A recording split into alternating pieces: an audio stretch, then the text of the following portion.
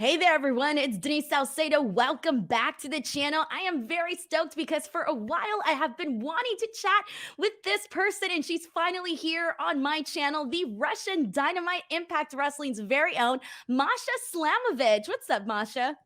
Same old, getting ready for Bound for Glory, just one day closer. How about yourself? I'm doing great, by the way. I love the choker. It like really stands out too. I love it. Thank you. A little recent addition. I think it's a nice color pop. It does. It really does pop out. Like you can see it like right away. So Masha, like here's the thing.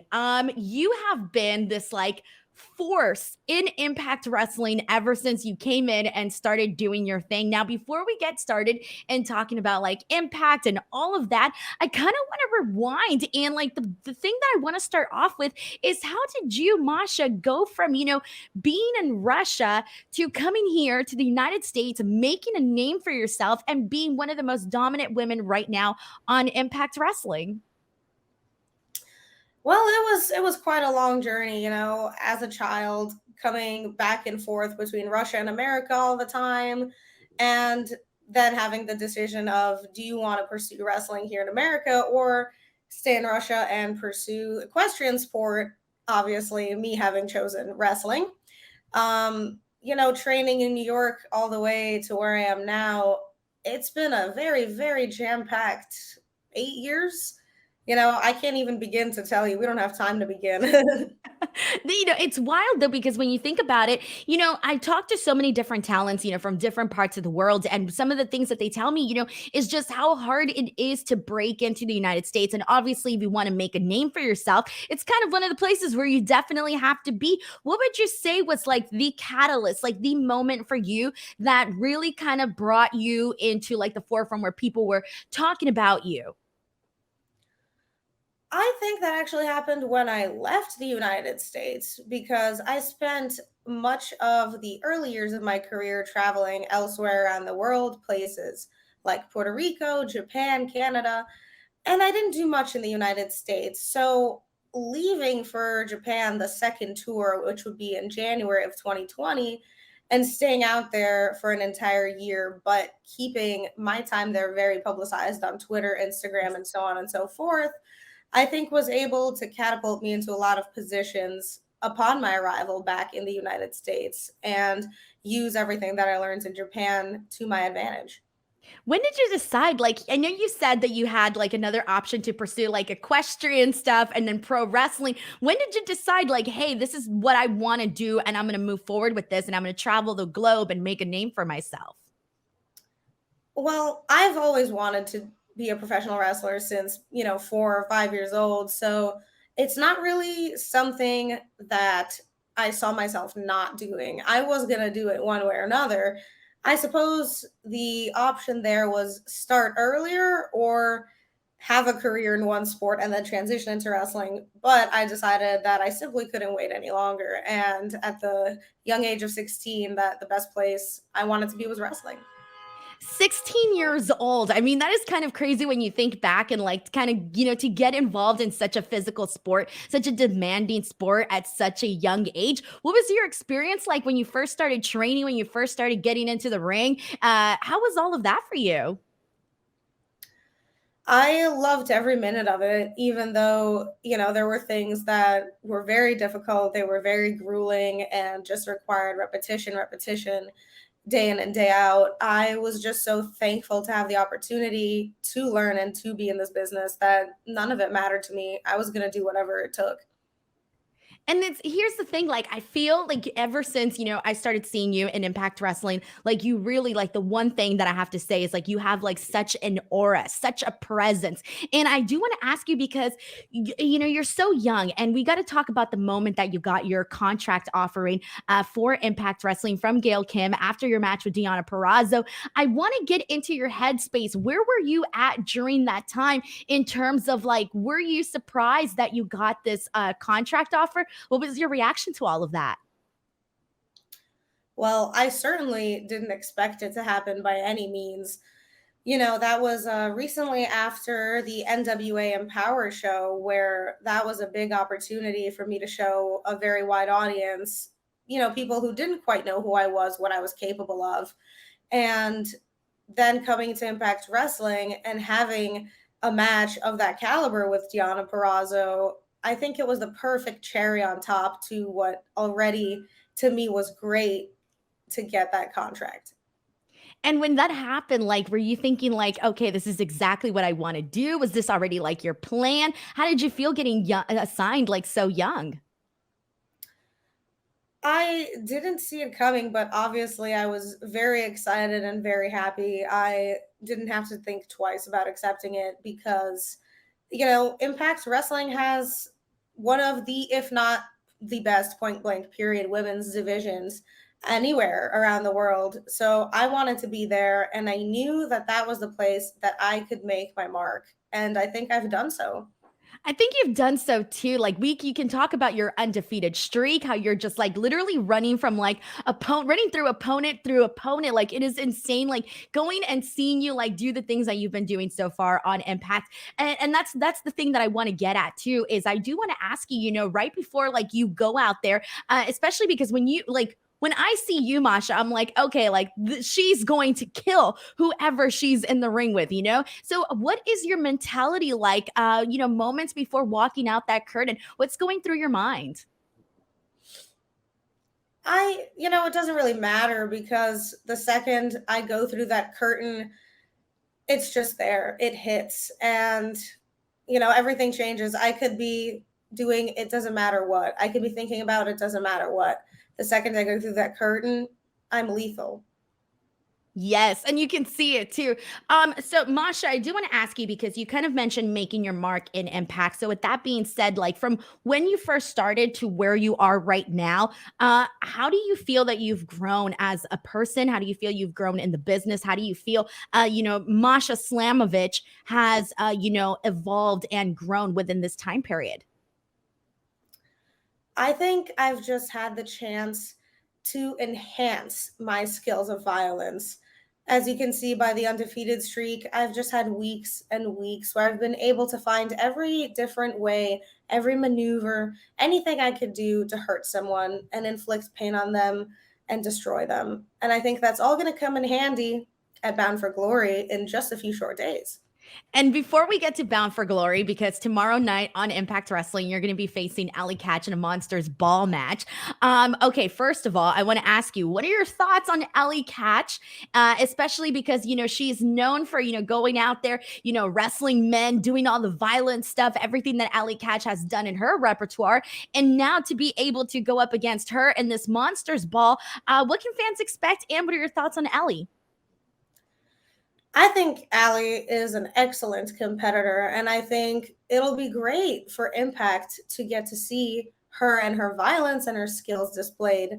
But like you said, she enjoys similar things as I do wrestling men, violence, and I think that's all right up my alley, right in my ballpark. So I think it's going to be a fun evening for me tomorrow night. I can't say the same for her.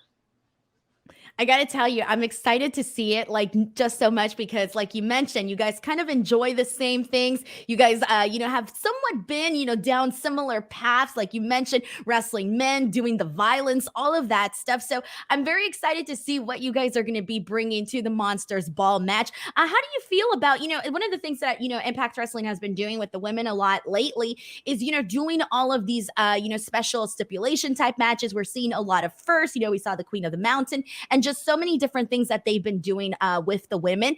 And, you got this Monsters Ball match coming up.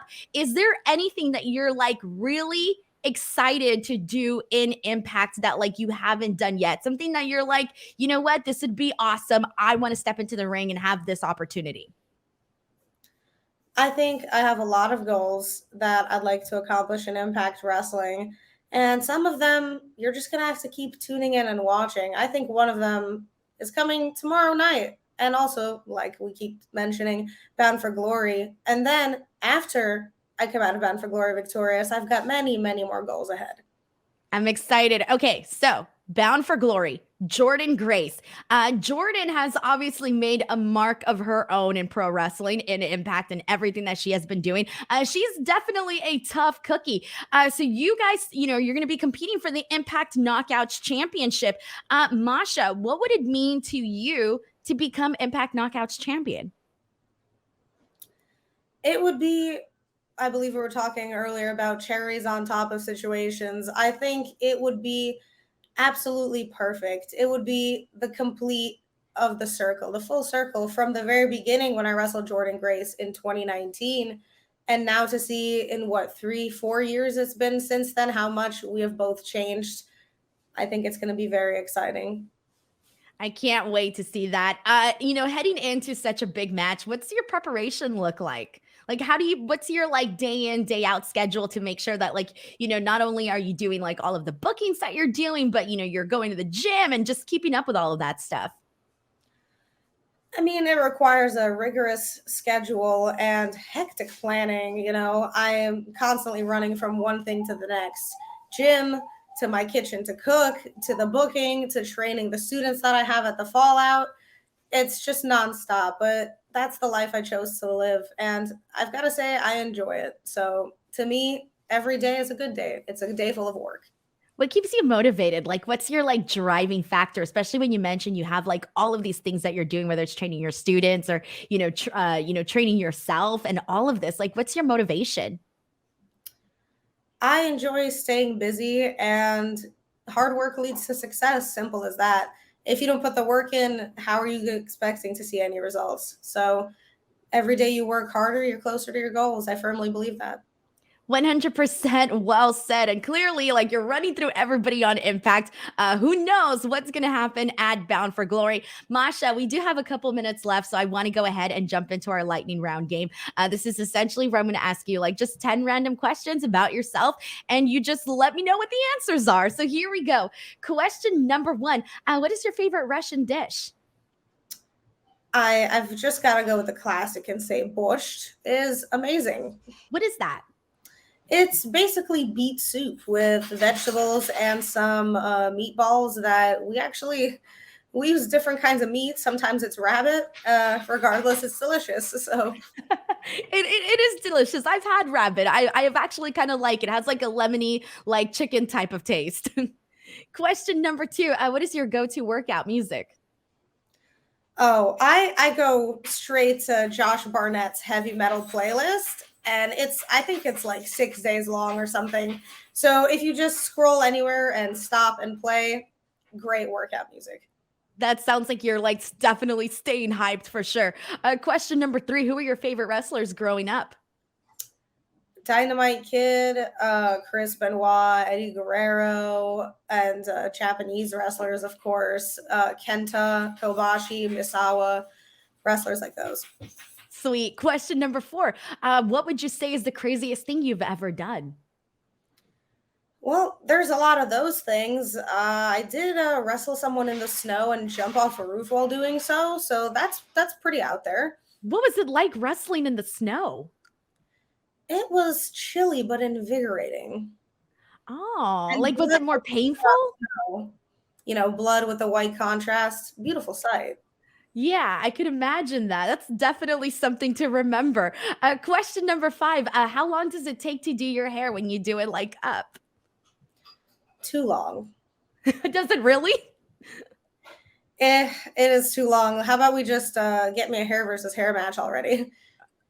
Question number six. If you weren't a wrestler, what do you think you'd be doing right now? Competing in equestrian sport. That's very cool. Was that something that you were like always doing? I know you mentioned it earlier. Was that something that you spent a lot of time doing? Among other sports, yes. Nice. Question number seven. What's your favorite cheat meal item? There's this delicious dish called soup dumplings. If you don't know what those are, look them up. Ooh, I'm going to do that for sure. And question number eight. Favorite Halloween costume you have ever worn? I once went as a version of a intoxicated clown or something of the sort. That was a pretty interesting looking costume. It sounds interesting. I don't think I've ever heard that like before, so that's pretty cool. Question number nine. Have you ever had a starstruck moment? Yes. And that would be when I was standing in the ring across the ring from Chigusa Nagayo, because I certainly never thought that would happen to me. How did you react? Like, what was it like? Did you kind of have to compose yourself, or you're like okay with it? Like, what was your reaction to that? My reaction was just, it's go time, time to go, focused. And last question, question number 10. What are some of your bucket list items outside of wrestling? I want to pet a manatee immediately, so I want to book a vacation to Florida.